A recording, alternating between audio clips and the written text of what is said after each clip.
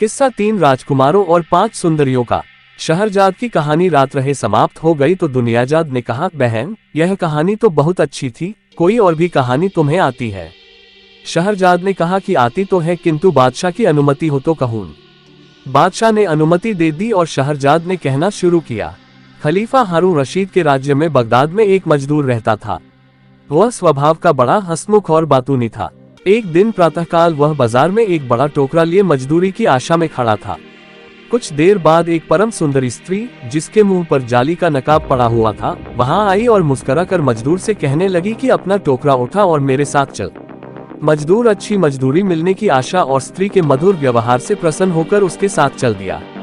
वह इस बात से बहुत ही प्रसन्न हुआ कि सुबह सुबह ही अच्छा काम मिल गया था। कुछ दूर जाकर स्त्री ने एक मकान के सामने खड़े होकर ताली बजाई। कुछ देर में एक सफेद लंबी दाढ़ी वाले ईसाई ने द्वार खोला। स्त्री ने उसे कुछ रुपए दिए और ईसाई बूढ़े ने उसका आश्रय समझकर घर के अंदर से उत्तम मदिरा का एक घड़ा उसे दे दिया। स्त्री ने घड़ा मजदूर के टोकरे में रखवाया और बाजार में आ गई। बाजार में उसने बहुत सी वस्तुएं खरीदी। इनमें स्वादिष्ट फल यथा सेब, नाशपाती आदि तथा भांति भांति के सुंदर सुगंध वाले फूल, इत्र, स्वादिष्ट अचार, चटनियां और मुरब्बे, मांस, सूखे मसाले आदि घूम घूम कर कई दुकानों से खरीदे। इतनी चीजें उसने ली कि टोकरे में बिल्कुल जगह न रही। मजदूर कहने लगा, अगर मुझे मालूम होता कि आप इतना सामान खरीदेंगी तो मैं अपने साथ एक घोड़ा बल्कि ऊंट रख लेता। खैर, मजदूर टोकरा उठाकर स्त्री के साथ चला। काफी दूर जाने के बाद वे दोनों एक विशाल भवन के पास पहुंचे, जिसके शिखर बड़े सुंदर बने थे और दरवाजे हाथी दांत से निर्मित थे।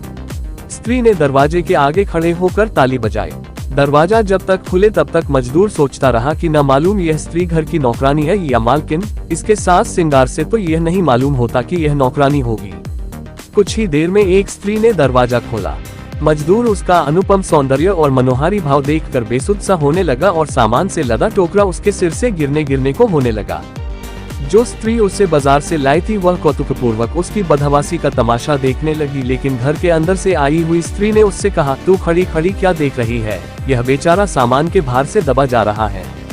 तू जल्दी से इसे अंदर ले जा और इसका सामान उतरवा। मजदूर अंदर गया तो दोनों स्त्रियों ने अंदर से दरवाजा बंद कर लिया और उसे लेकर एक बड़े मकान में आई। इसके खंभे कीमती लकड़ी के बने थे और एक बड़ा कक्ष था जिसके चारों ओर दालान थे। दालान में एक और बैठने का स्थान था, जहां पर बहुत से मूल्यवान नर्म आसन बिछे थे और सुविधा के भांति भांति के मूल्यवान पात्र रखे हुए थे। सबके बीच में चंदन और अगर की लकड़ी का बना एक बड़ा सिंहासन था। उस पर एक बहुत ही मूल्यवान आसन पड़ा था, जिसमें चारों ओर मोतियों और मानिकों की झालर लटक रही थी। इसके अलावा उस विशाल कक्ष में एक संगमरमर का बना हौज था, जिसमें फव्वारे छूट रहे थे। मजदूर यद्यपि दूर तक भारी बोझ लेकर चलने के कारण बहुत थक गया, तथापि उस कमरे की सामग्री और सजावट देखकर अपना श्रम भूल गया और वह प्रसन्न चित्त से इस शोभा को देखने लगा।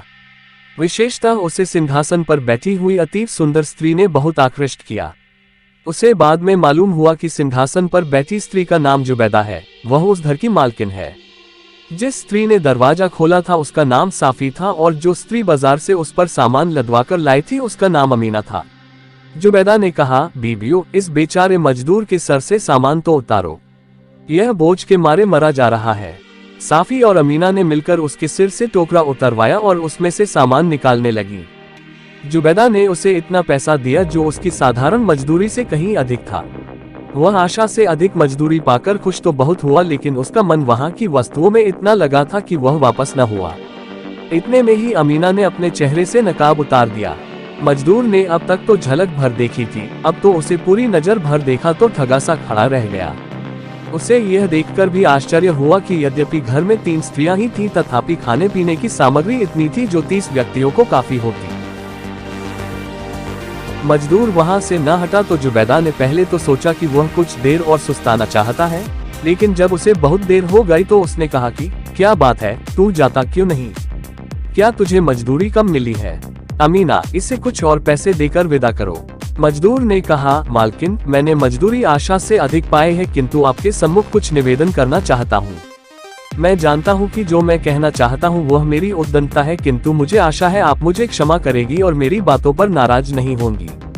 मुझे यहाँ बहुत सी बातें आश्चर्यजनक लग रही हैं। मैंने आप जैसी रूपवती कोई भी महिला नहीं देखी।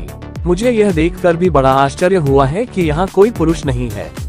बगैर पुरुष के स्त्रियों का रहना और बगैर स्त्रियों के पुरुषों का रहना दोनों ही बहुत अजीब बातें हैं। मजदूर बातूनी तो था ही, इसलिए बोलता चला गया। उसने बगदाद नगर में प्रचलित तरह तरह की कहावतें सुनाई। इनमें से एक यह थी कि जब तक 4 व्यक्ति एक साथ भोजन न करें, भोजन में स्वाद नहीं आता और खाने वाले तृप्त नहीं होते।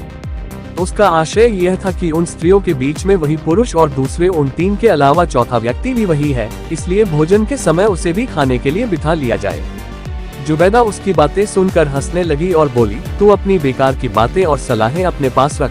हम तीनों स्त्रियां बहनें हैं और अपने सारे काम खुद ही अच्छी तरह चलाती हैं और इस तरह चलाती हैं कि किसी को पता नहीं चलता। हम लोग नहीं चाहते कि कोई हमारे भेद को जाने। मजदूर ने कहा, मेरी मालकिन, आप तो अत्यंत चतुर और बुद्धिमती हैं, लेकिन आप मुझे भी निरक्षर और गंवार न समझें। यह तो भाग्य की बात है कि मुझे पेट पालने के लिए मजदूरी करनी पड़ती है, वरना मैंने बहुत सी इतिहास और ज्ञान की पुस्तकें पढ़ी हैं। आप कहें तो आपको एक कहावत आपकी सेवा में उपस्थित करूं। यह कहावत है कि बुद्धिमान को चाहिए कि चतुर व्यक्ति से अपना भेद न छुपाए, क्योंकि चतुर व्यक्ति को किसी का भेद छुपाए रखना आता है। अगर आप मुझ पर अपना कोई भेद प्रकट करेगी तो वह ऐसा ही होगा जैसे कोई चीज किसी कमरे में बंद करके ताला लगा दिया जाए और ताले की चाबी खो जाए। जुबैदा समझ गई कि यह मजदूर बुद्धिमान और पढ़ा लिखा है और इसका साथ करने में कोई बुराई नहीं और इसे अपने साथ बिठाकर खाना भी खिलाया जा सकता है।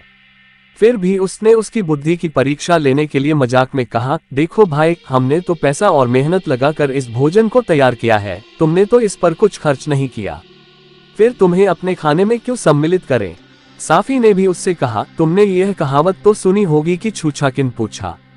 इन बातों का बेचारे मजदूर के पास कोई उत्तर न था और उसने कहा कि आप लोग ठीक कहती हैं, मैं जा रहा हूँ। लेकिन अमीना ने अपनी बहनों से उसकी वकालत की और कहा, इसे यही रहने दो, यह अपनी बातों से हमारा मनोरंजन करेगा और अपने विनोदी स्वभाव के कारण हमें हंसाता रहेगा। तुम्हें नहीं मालूम यह जबरदस्त किस्म का मस्खरा है। बाजार में यहाँ तक सारे रास्ते यह हंसी मजाक की बातों से मुझे हंसाता आया है। मजदूर को अमीना की बातें सुनकर बड़ा संतोष हुआ। उसने कहा, आप लोगों की बड़ी कृपा होगी अगर मुझे अपने साथ रहने दें। मैं गरीब हूँ, किंतु किसी का उपकार मुफ्त में नहीं लेना चाहता। और तो मेरे पास कुछ नहीं, लेकिन अपनी कृपा के बदले यह मजदूरी जो आपने मुझे दी है वह स्वीकार कर लीजिए। यह कहकर मजदूर ने जुबैदा के सामने मजदूरी के पैसे बढ़ा दिए। जुबैदा ने मुस्कुराकर कहा, हम दी हुई चीज वापस नहीं लेते। तुम हमारे साथ रहकर हमारे खान पान में सम्मिलित हो सकते हो, लेकिन शर्त यह है कि हम लोग चाहे जो कुछ करें उसके बारे में तुम हमसे कुछ नहीं पूछोगे। मजदूर ने यह स्वीकार कर लिया। इतने में अमीना ने अपनी बाहर जाने वाली पोशाक उतार दी और तंग कपड़ों में कमर कसे हुए उसने नाना प्रकार के व्यंजन, कलिया, कीमा, कोफ्ता, कोरमा, कबाब और अन्य कई प्रकार के सामिश व्यंजन और उनके अलावा अन्य स्वादिष्ट वस्तुएं और मदिरा की सुराही और प्याले लाकर उचित स्थानों पर रख दिए। फिर तीनों बहनें वहां आकर बैठ गई और चौथी ओर मजदूर को भी बिठा लिया। मजदूर बड़ा ही प्रसन्न हुआ। उसने थोड़ा सा भोजन किया। फिर अमीना ने मदिरा की सुराही उठाकर प्याला भरा और अपने देश की रीति के अनुसार पहले स्वयं पिया, फिर अपनी बहनों को दे दिया और चौथा प्याला मजदूर को दिया। मजदूर ने अमीना का आदरपूर्वक हाथ चूमकर प्याला ले लिया और उसे पीने के पहले इस आशय का एक गीत गाया कि जिस प्रकार इत्र से वायु सुगंधित हो जाती है, उसी प्रकार अगर पिलाने वाला मनोरम हो तो मदिरा में नई सुगंध आ जाती है। यह गीत सुनकर तीनों स्त्रियां बहुत प्रसन्न हुई और उन्होंने एक दूसरे के बाद कई गीत शराब के नशे में गाए। इस राग रंग में बहुत देर हो गई और रात हो गई। साफी ने अपनी बहनों से कहा कि अब तो इस मजदूर को हमने खिला पिला दिया है, अब इसका कोई काम नहीं, इससे कहो अपने घर जाए। मजदूर को ऐसा सुखद संग छोड़ने में बड़ा दुख हुआ। उसने कहा कि यह मेरे लिए बड़े दुर्भाग्य की बात है कि ऐसी हालत में मुझे घर से निकाला जा रहा है। मैं इस नशे की दशा में किस प्रकार अपने घर पहुंच सकूंगा। कृपया रात भर मुझे यहाँ रहने की अनुमति दें, यहीं किसी कोने में पड़ा रहूंगा। अमीना ने फिर उसकी वकालत की और कहा, यह बेचारा ठीक कहता है, कहाँ अंधेरे में ठोकरें खाता फिरेगा। हम लोगों ने पहले तो इसे अपने साथ खाने पीने की अनुमति दे ही रखी है, अब इसे निराश न करो, यहीं पड़ा रहने दो। जुबैदा ने अमीना के कहने पर उसे रहने की अनुमति दे दी, लेकिन फिर कहा कि शर्त यही है कि हम भला बुरा जो भी करें तुम उसके बारे में कुछ पूछताछ नहीं करोगे। मजदूर ने कहा, आप मुझ पर जो भी शर्त लगाएंगी मैं मानूंगा। जुबैदा ने कहा कि हम तुम पर कोई नई शर्त नहीं लगा रहे हैं, उधर देखो क्या लिखा है। मजदूर ने एक दरवाजे के अंदर जाकर देखा तो मोटे मोटे सुनहरे अक्षरों में लिखा था, इस भवन के अंदर जाने वाला कोई व्यक्ति यदि ऐसी बातों के बारे में पूछेगा जिनसे उसका कोई संबंध नहीं है तो उसे बड़ी क्लेशकारक बातें सुनने को मिलेंगी, उसे बड़ा कष्ट होगा और वो बहुत पछताएगा। मजदूर ने कहा, आप चिंता न करें, मैं अपना मुंह बंद रखूंगा। फिर अमीना रात का भोजन लाए और चारों ओर दीपक और सुगंधियां जलाईं। इससे सारा भवन आलोकित और सुवासित हो गया। इसके बाद तीनों स्त्रियां और मजदूर भोजन करने लगे और मदिरा पीकर अपने अपने क्षेत्र की भाषाओं के गीत गाने लगे और राग रागिनियां छेड़ने लगे। थोड़ी ही देर में ज्ञात हुआ जैसे कोई दरवाजा खोलने को कह रहा है। यह शब्द सुनकर साफी खड़ी हो गई क्योंकि दरवाजा खोलने वही जाती थी। उसने जाकर दरवाजा खोला और कुछ देर में वापस आकर कहा, दरवाजे पर एक ही जैसे लगने वाले 3 फकीर खड़े हैं जुबैदा, तुम उन्हें देखकर बहुत हंसोगी। वे तीनों ही दाहिनी आंख से काने हैं और सभी के सिर, दाढ़ी, मुझे यहाँ तक कि भावें भी मुड़ी हुई हैं। वे इसी समय बगदाद में प्रविष्ट हुए हैं और चाहते हैं कि उन्हें एक रात ठहरने के लिए जगह दे दी जाए, सुबह वे चले जाएंगे। बहन, मेरी प्रार्थना है कि उन्हें यहाँ रहने की अनुमति दे दो। वे रात को यहाँ रहकर हम लोगों का कुछ भला ही करेंगे, हमें किसी प्रकार कष्ट न पहुँचाएंगे। जुबैदा ने साफी से कहा, अगर तुम यही चाहती हो तो उन्हें ले आओ, लेकिन उन्हें भी हमारे घर पर मेहमानी की शर्त बता देना और कह देना कि अंदर दीवार पर जो कुछ लिखा है उसे पढ़ ले। साफी बहन की अनुमति पाकर प्रसन्नता पूर्वक दौड़ी गई और तीनों फकीरों को लेकर अंदर आ गई। फकीरों ने जुबैदा और अमीना को झुककर सलाम किया। दोनों ने सलाम का जवाब देकर उनकी कुशलक्षेम पूछी। इसके बाद उन्होंने फकीरों से भोजन करने को कहा। फकीरों ने मजदूर को देखकर कहा कि यह तो अरब का मुसलमान मालूम होता है। अरब के लोग धर्म के बड़े पक्के होते हैं, किंतु यह तो धर्म विरुद्ध मदिरापान कर रहा है। मजदूर यह सुनकर बड़ा क्रोध हुआ और बोला, तुम लोग कौन बड़े धर्माचारी हो? तुम लोगों ने दाढ़ी मूंछें मुड़ाकर इस्लाम के नियमों का उल्लंघन नहीं किया। तुम्हें मेरे व्यवहार पर आपत्ति करने और मुझे नसीहत देने का क्या अधिकार है? स्त्रियों ने कहा कि तुम लोग यह बेकार की बहस छोड़ो और रंग में भंग न करो, लो खाओ पियो। फकीर लोग नशे में आए तो बोले, यहाँ कोई बाजा हो तो हम लोग कुछ गाए बजाएं। साफी ने उन्हें वाद्य ला कर दिए और वे बजाने लगे और वाद्यों के सुरों से सुर मिलाकर गाना शुरू किया। वे लोग इस गाने बजाने के दरमियान हंसी ठट्ठा भी करते और ऊंचे स्वर में वाह वाह भी करते। इस सबसे बड़ा शोर होने लगा और सारा भवन गूंजने लगा। इसी बीच उन्होंने सुना कि दरवाजे पर फिर कोई ताली बजा रहा है। साफी सदा की भांति दौड़कर गई कि देखें अब कौन दरवाजे पर आया है। शहरजाद ने शहरयार से कहा कि इस जगह कहानी रोककर मैं आपको यह बताना चाहती हूँ कि इस बार ताली बजाने वाला स्वयं खलीफा हारून रशीद था। खलीफा का यह नियम था कि अक्सर रात को वेश बदलकर शहर में निकलता था कि प्रजा का हाल खुद अपनी आंखों से देखे। उस रात को वह अपने महामंत्री जाफर और जासूसों के सरदार मसरूर के साथ बगदाद की गलियों में घूम रहा था। वे तीनों व्यापारियों जैसे वस्त्र पहने हुए थे। जब वे लोग उन स्त्रियों के मकान के पास से गुजरे तो उन्होंने हंसी की ध्वनि और गाने बजाने का स्वर सुना। खलीफा ने कहा कि घर का दरवाजा खुलवाओ, मैं देखूं तो कि यहाँ क्या हो रहा है। जाफर ने कहा कि यहाँ कुछ स्त्रियां शराब पीकर हंसी दिल्लगी कर रही हैं, गा बजा रही हैं, आपका अंदर जाना शोभनीय नहीं है। यह भी हो सकता है कि वे अपने राग रंग में विघ्न पड़ते देखकर नशे की हालत में आपका कुछ अपमान कर बैठे। किंतु खलीफा ने उसकी सलाह न मानी और आदेश दिया कि तुम जाकर दरवाजा खुलवाओ। अतएव जाफर ने दरवाजा खुलवाया। साफी ने दरवाजा खोला तो जाफर उसके रूप को देखता रह गया। फिर उसने जल्दी से एक कहानी गढ़ी। उसने कहा, सुंदरी, हम तीनों व्यापारी मोसिल नगर के निवासी हैं। हम व्यापार की वस्तुएं लेकर यहाँ आए हैं और एक सराय में ठहरे हैं। आज की रात को यहाँ के एक व्यापारी ने हमें दावत दी थी। हम उसके घर गए। उसने हमें बड़ा स्वादिष्ट भोजन कराया और उत्तम मदिरा पीने को दी। हम लोग नशे में आ गए तो उसने नृत्यांगनाओं को बुलाकर नाचने की आज्ञा दी। इस राग रंग में काफी समय हो गया और नशे की हंसी और नाच गाने से बाहर काफी आवाज जाने लगी। उसी समय संयोगवश शहर का कोतवाल गश्त लेकर उधर से निकला और उसने उस घर पर छापा मार दिया। दरवाजा खुलवा कर उसने सब उलट पलट कर दिया और कई आदमियों को गिरफ्तार कर लिया।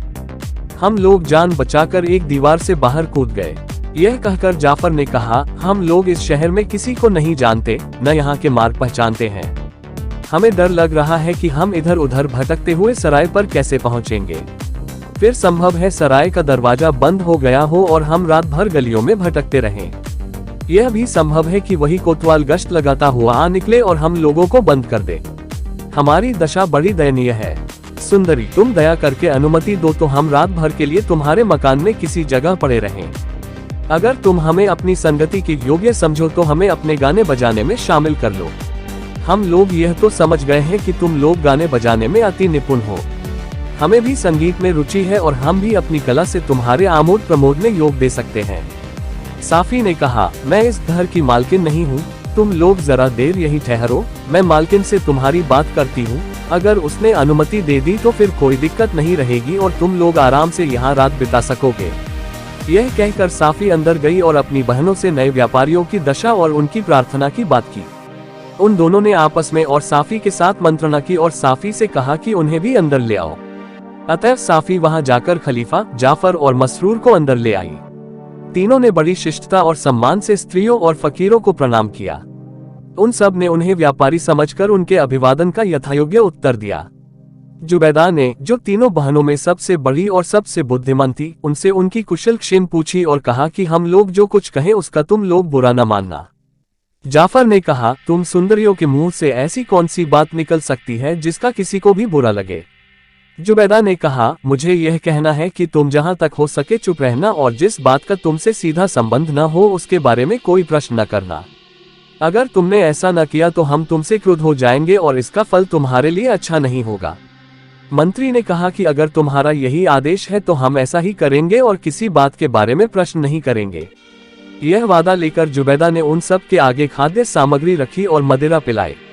जब मंत्री जुबैदा से बातें कर रहा था उस समय खलीफा आश्चर्यचकित होकर उन स्त्रियों के सौंदर्य और तीक्ष्ण बुद्धि को देख रहा था। उसे इस बात से भी बहुत आश्चर्य हो रहा था कि तीनों फकीर दाहिनी आंख से क्यों काने हैं। उसकी उत्कट इच्छा थी कि वह फकीरों से इस बात का रहस्य पूछे, किंतु उसके दोनों साथियों ने इशारों ही में उसे ऐसा न करने के लिए कहा। मकान के अंदर की सारी रुपहली और सुनहरी सजावट को देखकर वह मन ही मन कह रहा था कि यह चीजें जादू ही की हो सकती हैं, वास्तविक नहीं हो सकती। इतने में एक फकीर ने उठकर अपने देश के धन पर नाचना शुरू कर दिया। स्त्रियों को वह नाच पसंद आया और सबने उसकी नृत्य कला की प्रशंसा की।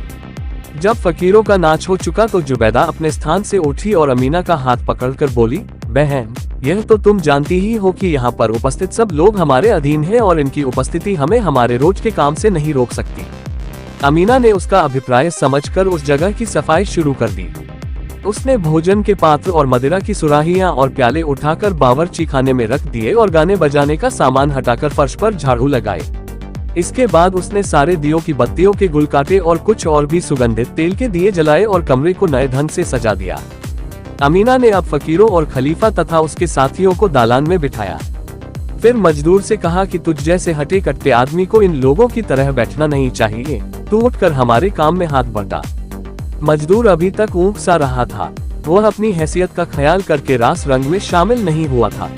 वह फौरन उठ खड़ा हुआ और अपने चोगे को कसकर कमर से बांधने के बाद बोला कि बताओ क्या काम है, जो तुम कहोगी मैं करूँगा। साफी ने कहा, तुम कुर्ते की आस्तीन भी चढ़ा लो क्योंकि हाथों से काम करना है। कुछ देर बाद अमीना ने दालान में एक चौकी बिछाए और मजदूर को अपने साथ ले जाकर एक कोठरी से 2 काली कुतियां खींचती हुई लाई। दोनों कुतियों के गले में पट्टे बंधे थे और पट्टों में जंजीरें बंधी थीं। मजदूर उसकी आज्ञा के अनुसार दोनों कुतियों को दालान में ले गया। अब जुबैदा गुस्से में झटके के साथ उठ खड़ी हुई। उसने एक ठंडी सांस भरी और आस्तीन ऊपर चढ़ाए। फिर उसने साफी के हाथ से एक चाबुक लिया और मजदूर से कहा कि एक कुतिया की जंजीर अमीना के हाथ में दे और दूसरी को मेरे पास ले आ। मजदूर उसकी आज्ञानुसार एक कुतिया को खींचकर जुबैदा के पास लाया तो कुतिया बड़े आर्त स्वर में चिल्लाने लगी। वह दयनीय दृष्टि से जुबैदा की तरफ देखती जाती थी और उसके पैरों पर अपना सिर भी रगड़ती जाती थी। जुबैदा ने उसके इस अनुनय पर कुछ ध्यान न दिया और सरासर उसे चाबुक मारना शुरू किया। मारते मारते जब जुबैदा का दम फूल गया तो उसने मारना बंद कर दिया। फिर मजदूर के हाथ से कुतिया की जंजीर लेकर उसके अगले पंजे पकड़कर पिछले पैरों पर खड़ा किया। कुतिया और जुबैदा एक दूसरे को देखकर बड़े दुख के साथ आंसू बहाने लगी। फिर जुबैदा ने रुमाल से कुतिया के आंसू पोंछे और उसे प्यार करके उसका मुंह चूमा। फिर मजदूर को उसकी जंजीर थमाकर कहा कि इस कुतिया को दालान में ले जा और दूसरी को यहाँ ला। मजदूर ने इस कुतिया को ले जाकर दालान में बांधा और अमीना के हाथ से दूसरी कुतिया लेकर जुबैदा के पास लाया। जुबैदा ने इस कुतिया को भी पहली कुतिया की भांति खूब मारा। फिर उसकी आंखों में आंखें डालकर रोई और उसके आंसू पोंछकर और मुंह चूमकर प्यार किया। इसके बाद मजदूर ने इस कुतिया को भी दालान में ले जाकर बांध दिया। तीन फकीरों, खलीफा और उसके साथियों को यह सब देखकर बड़ा आश्चर्य हुआ कि पहले तो जुबैदा ने अत्यंत निर्दयता से कुत्तियों को पीटा, फिर उनके साथ मिलकर रोई भी। इसके अलावा मुसलमानों के धर्म में कुत्ते अपवित्र जंतु माने जाते हैं। जुबैदा जैसी सुसंस्कृत महिला का कुत्तियों के आंसू पोंछकर उनका मुंह चूमना किसी की समझ में नहीं आ रहा था। विशेषतः खलीफा अपनी उत्सुकता नहीं रोक पा रहा था। उसने इशारे से मंत्री से कहा कि इस रहस्य को पूछना चाहिए। मंत्री ने पहले तो टाल मटोल की और दूसरी ओर देखने लगा, लेकिन जब खलीफा संकेत से प्रश्न करता ही रहा तो उसने संकेत ही से विनय की कि इस समय इस बात को यही समाप्त कर दीजिए, कुछ पूछिए नहीं। जुबैदा कुत्तियों को पीटने के बाद कुछ देर तक सुस्ताती रही। फिर साफी ने उससे कहा, बहन तुम अपने स्थान पर आ बैठो तो हम अगला काम करें। जुबैदा ने कहा, अच्छा। फिर वह दालान में आकर एक पहले से बिछी हुई चौकी पर बैठ गई। उसने खलीफा और उसके साथियों को अपने दाईं ओर और फकीरों और मजदूरों को बाईं ओर बिठा लिया। चौकी पर बैठकर वह कुछ देर और सुस्ताती रही। इसके बाद उसने अमीना से कहा कि बहन उठो, तुम्हें मालूम है कि तुम्हें अब क्या करना है। अमीना यह सुनकर उठी और बगल वाली कोठरी में जाकर वहां से एक संदूक उठा लाई जो पीले साटन में मढ़ा था और इसके ऊपर भी उस पर हरी कारचोबी का एक गिलाफ चढ़ा था। उसमें से एक बांसुरी निकालकर अमीना ने साफी को दी। साफी ने उस बांसुरी से एक करुण वियोगात्मक राग निकाला और देर तक बजाती रही। खलीफा और अन्य उपस्थित लोग उसका कौशल देखकर अत्यंत प्रसन्न हुए। फिर साफी ने अमीना से कहा कि अब तुम बांसुरी बजाओ, मैं बजाते बजाते थक गई हूँ। अमीना ने बांसुरी लेकर कुछ देर तक सुर मिलाया, फिर एक बड़ा मधुर राग बजाना शुरू किया और बजाते बजाते उसमें मग्न हो गई। जुबैदा ने उसके वादन की बड़ी प्रशंसा की और कहा कि अब बस करो, तुम्हारे दुख के कारण बड़ी दुखद दशा हो रही है। अमीना इतनी भाव विह्वल हो गई कि जुबैदा की बात का कोई उत्तर न दे सकी, बल्कि जान पड़ता था कि वह अपने होश हवास खो बैठी थी, क्योंकि उसने अपने ऊर्ध्व वस्त्र को उतार फेंका। अब सब लोगों ने देखा कि उस सुंदरी के दोनों कंधों पर काले काले दाग पड़े हैं, जैसे किसी ने उसे निर्दयता से मारा है। दाग उसके कंधों ही पर नहीं, बाहों पर भी पड़े थे। सब लोग इस कांड को देखकर और भी हैरान हुए। अमीना की हालत इतनी खराब हो गई थी कि वह डगमगाने लगी और गिरने गिरने को हुई और जुबैदा और साफी ने दौड़कर उसे संभाला। एक फकीर ने धीमे से कहा, कितने दुख की बात है कि हम इतनी अद्भुत घटनाएं देख रहे हैं और उनके बारे में किसी से पूछ भी नहीं सकते। खलीफा ने यह बात सुन ली और उन फकीरों के पास आकर उनसे पूछा कि क्या तुम लोगों में किसी को इन स्त्रियों का और कुत्तियों को पीटने का रहस्य ज्ञात है। फकीरों ने कहा, हम में से कोई भी इन बातों को नहीं जानता। हम लोग आज ही रात को तुम्हारे यहाँ आने से कुछ ही पहले यहाँ पहुँचे हैं। खलीफा की उत्सुकता और बढ़ी। उसने कहा, हो सकता है कि यह आदमी जो तुम्हारे पास बैठा है इसे कुछ ज्ञात हो। फकीर ने इशारे से मजदूर को अपने और निकट बुलाया और पूछा कि क्या तुम्हें मालूम है कि जुबैदा ने दोनों कुत्तियों को क्यों पीटा और अमीना के कंधों और बाह पर काले दाग कैसे हैं। मजदूर ने कहा कि मैं भगवान की सौगंध खाकर कहता हूँ कि मुझे कुछ भी नहीं मालूम। मैं तो इस घर में आज ही आया हूँ और इस घर में यही 3 स्त्रियां रहती हैं। खलीफा और फकीरों ने सोचा था कि वह आदमी उन स्त्रियों का सेवक होगा। अब सबको विश्वास हो गया कि भेद खुलने की कोई संभावना नहीं है, लेकिन खलीफा हार मानने को तैयार नहीं हुआ।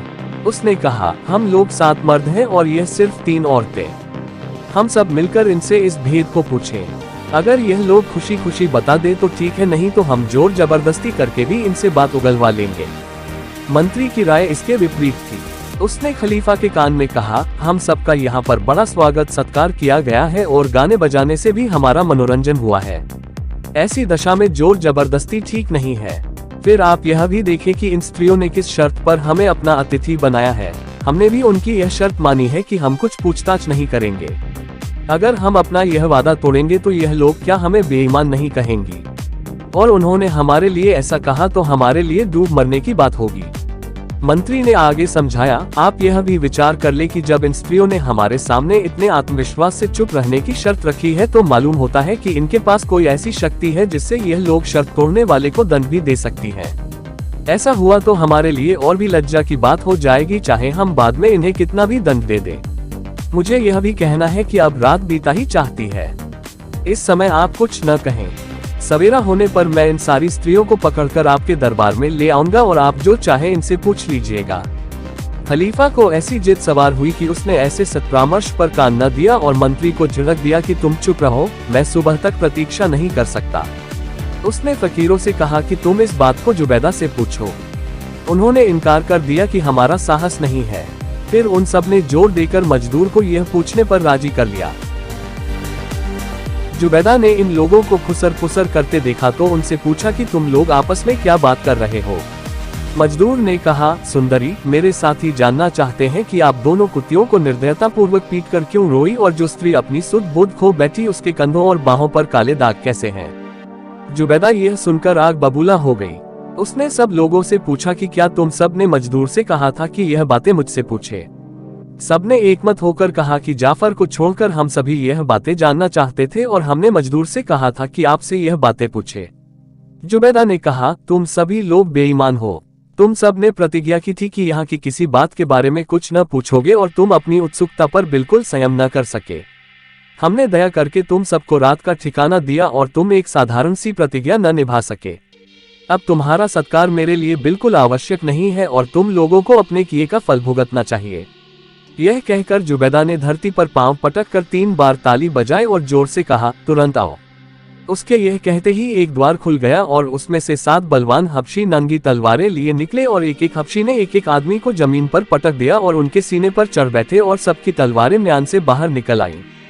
खलीफा क्षोभ और लज्जा के मारे मरा जा रहा था। उसे ऐसे व्यवहार की क्या आशा हो सकती थी। हबशियों के मुखिया ने जुबैदा से पूछा, श्रेष्ठ सुंदरी, आपकी क्या आज्ञा है?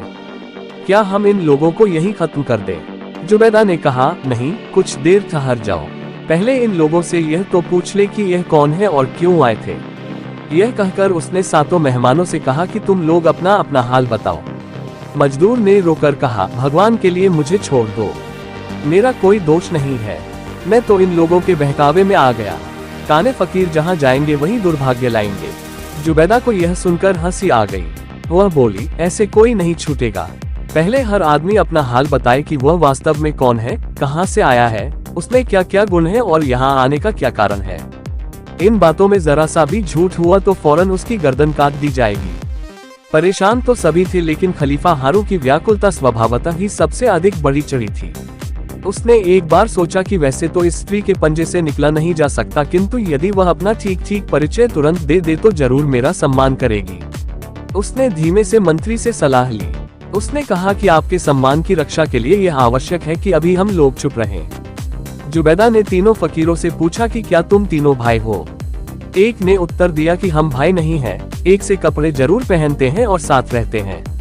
जुबैदा ने फिर पूछा कि क्या तुम लोग जन्मतः ही एकाक्ष हो? उनमें से एक ने कहा कि ऐसा नहीं है, हम पर ऐसी विपत्तियां पड़ी जो न केवल जानने बल्कि इतिहास में लिखे जाने योग्य हैं। उन्हीं से हमारी आंखें जाती रहीं और उन्हीं के कारण हमने अपनी दाढ़ी मूंछ और भव्य मुहद्दवा डाली और फकीर बन गए। जुबैदा ने एक एक करके शेष 2 फकीरों से भी यही प्रश्न किए और दोनों ने वही उत्तर दिए जो पहले फकीर ने दिए थे।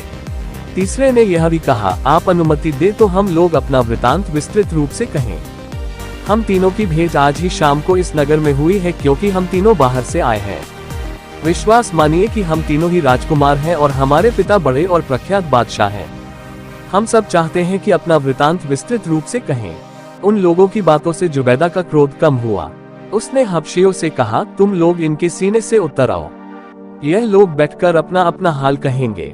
जो जो अपना पूरा हाल और इस घर में आने का कारण बताता जाए उसे छोड़ते जाओ, ताकि वह जहाँ चाहे चला जाए। जो ऐसा ना करे तुम उसका सिर उड़ा दो। अभी तुम इन लोगों के पीछे नंगी तलवारें लिए खड़े रहो। चुनांचे उसी दालान में खलीफा और अन्य 6 लोगों को एक कालीन पर बिठा दिया गया। हर आदमी के पीछे एक हबशी नंगी तलवार लेकर खड़ा हो गया, ताकि जुबैदा का इशारा होते ही उसका वध कर दे। सबसे पहले मजदूर ने अपनी बात कही।